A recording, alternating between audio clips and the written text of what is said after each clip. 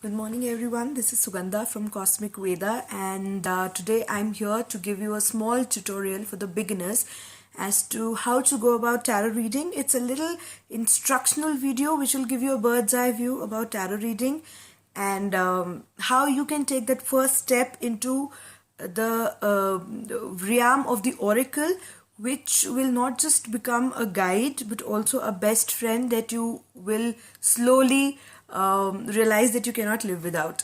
So I have many requests which asking for the beginners course. Now everybody cannot actually contribute time to the course, so this is a little video which will get you started. Now what I have here is my tarot deck. This is one of my favorite tarot decks. So you can, there's no hard and fast rule about how you can store your tarot decks.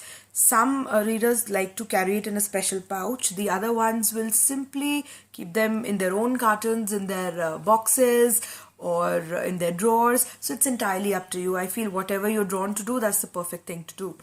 Now a lot of tarot readers use crystals. I don't feel everybody is an earth person, so you may or may not like crystals. But what I generally do is I carry a small piece of selenite with me and I keep it in the pouch, since I do a lot of client readings every day. And at times during in-person readings, I also let the clients touch my cards. So this kind of, removes any traces of energy that the cards may have.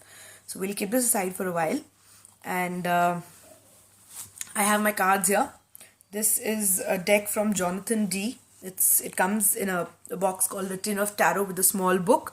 So most of the tarot decks that you buy in the market generally come with a little white book or a instruction book which will give you a basic meaning to every card.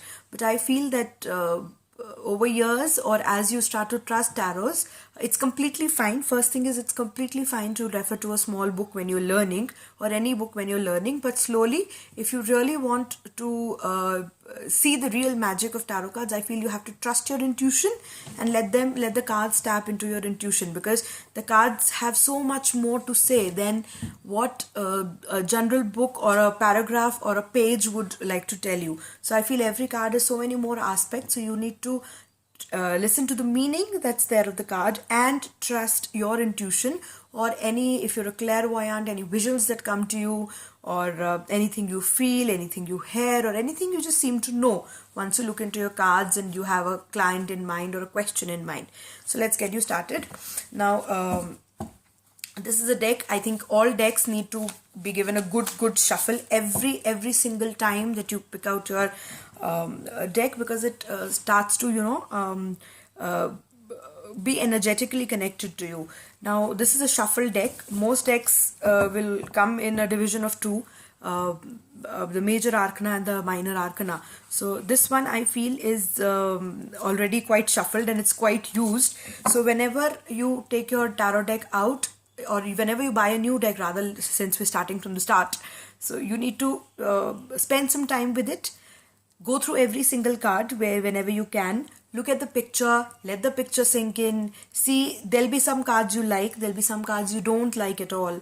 So, make a small note, keep a journal, and see which one you would prefer, which ones sort of give you that negative feeling here and there. So, and you need to work on them separately. So here I have a shuffle deck. Before we start with the reading, all you need to do is just shuffle your deck very well. And I feel there's no set timing. Whenever you feel ready to do a reading, that's the time you should stop shuffling. So right now I'll be taking care of two spreads here. Since tarot is a very large subject and there are 78 cards in the following videos, I would actually take on the minor arcana and the major arcana slowly, one by one, and it'll take a lot of time. I think every card has so much to offer that there has to be a complete video to actually talk about one card. So since most of you will have a little book or a reference book, I'll give you a small demo of just how to go about your readings first. So I think it is always beneficial to have a particular cloth, a special one dedicated to your readings, or a small board. You can cover it with velvet paper or a velvet, or just a small surface. On my altar I have a lot of Ganeshas, because I'm a huge ardent fan of Ganesha, and a lot of Buddhas. I generally have my favorite crystals, a selenite here, and a black tourmaline, which keeps me grounded and also protects me from any negativity which may come through. So it keeps me, one is a one is a crystal for higher chakras, and one is for the base chakras. So it kind of keeps me aligned all the time. So now I've shuffled my deck well, and as somebody who's practiced readings and worked with tarot for over 15 years, I think this is the best trend.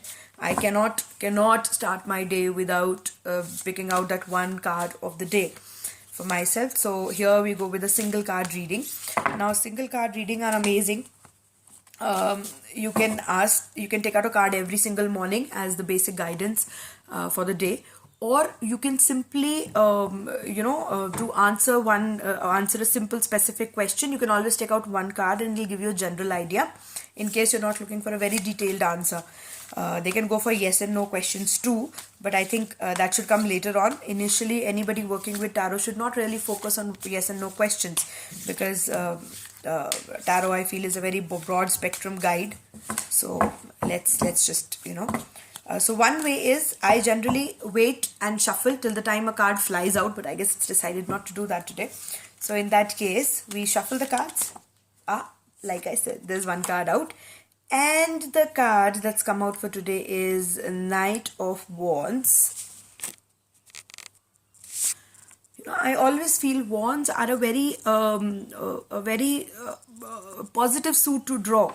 And now that we have the Knight of Wands, it is a very people card. It's a very person card. So if you look at the picture here, let the picture sink in. I feel when I see the Knight of Wands, I see a person who just gets head on into situations, and is also very eloquent, speaks very well, and he believes in swift action. So I feel one guidance for me is use my speech correctly for the day. Secondly, situations may move out quickly of my life today. Things, I may do a lot of movement, which as a matter of fact is spot on, because I am going to be traveling today. So it speaks of movement. It speaks of how my words chosen correctly will do me a lot of good. And also that there'll be a lot of movement, there'll be swift happenings today. Things are going to move very fast, and I need to maintain my balance. And just in case, had a lot of tarot readers in the beginning don't do reversed cards, but then you see, if this would have come in a reversed position, I would have simply taken as a warning that I need to be little careful with what I talk today, or simply I need to be slow. I don't need to rush into situations, and I just need to weigh whatever comes before me today. So this is my card for the day. Another way to take out a single card is simply shuffle your cards like this, and there's another one for me, but we're not doing it this way now, because everybody may not be comfortable with the card flying out all the time. So you can just simply shuffle your cards.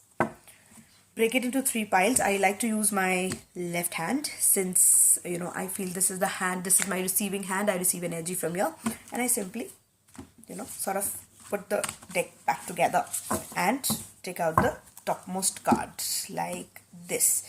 And surprisingly, the card that has flown out, it is the 9 of Pentacles. So when a tarot deck is attuned to you, it starts to speak your mind, and it starts to show you what exactly you need to show. So I feel when you pick up a tarot deck, don't pick it up with hesitation.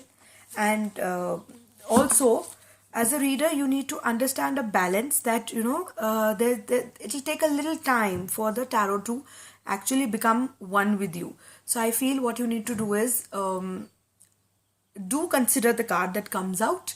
Do trust the kind of guidance it gives you, but we should not become superstitious that, suppose I have a negative card and this card gives me a very negative feeling, or the book, some books can be really strong worded. So, the kind of book, the kind of message that it had in the book is very negative. There's something going to bad that's going to be happening today.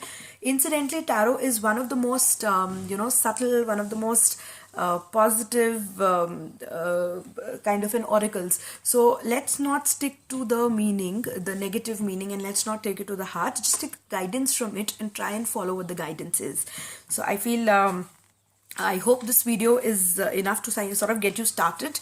And just in case you like the video, you can get in touch with me so that I can help you with some more spreads. And if you have any questions, any queries, please feel free to get back to me. Most of my details would be given on the page where you see this video. So bye for now, and happy becoming friends with your tarot. Bye bye.